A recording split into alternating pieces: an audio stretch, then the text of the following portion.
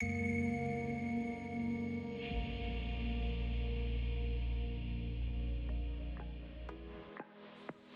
everyone, and welcome to a brand new episode of the monthly economic update for the month of September.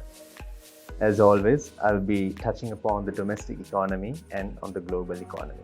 On the domestic front, we will look at three aspects: one on the macroeconomy, then moving ahead to the external sector and the monetary sector.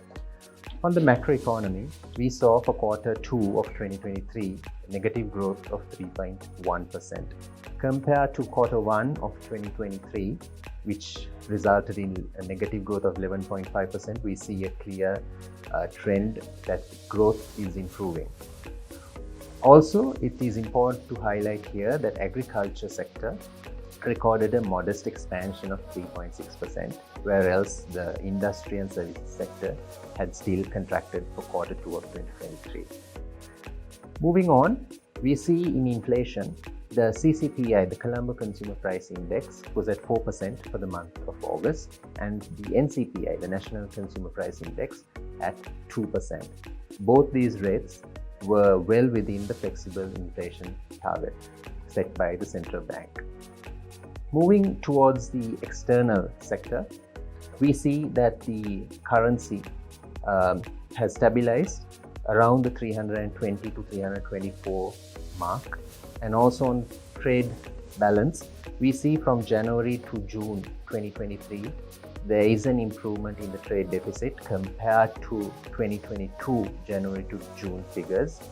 But also it is important to be highlighted that exports and imports from January to June 2023 are lower compared to 2022, and also with the temporary suspensions being lifted from October, we will see a rise in imports, and it is yet to be seen how this would impact the exchange rate.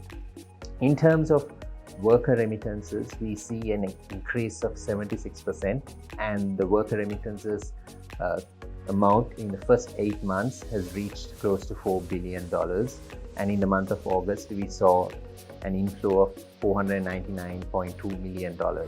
In terms of tourist arrivals, we saw on the 26th of September the 1 millionth tourist coming in to Sri Lanka, and for the first 8 months we saw an increase of up to $1.3 billion earned through tourism. And on the monetary sector side, we saw the domestic debt optimization finally coming to an end, with the central bank holdings of treasury bills being restructured. And with this news, S&P raised the ratings for long-term local currency from selective default to CCC plus, based on the news of the completion of the domestic debt optimization. That's a little bit on the domestic front. On the global front, we see that the Federal Reserve maintained their high interest rates from 5.25 to 5.5%, a 22-year high. We also see a rise in oil prices, close to $94 per barrel, with production cuts from Saudi Arabia and Russia. Along with that, we also see in China, the manufacturing or the construction sector is having issues, is contracting. And this is important because the construction sector contributes to about 25 to 30% of China's GDP.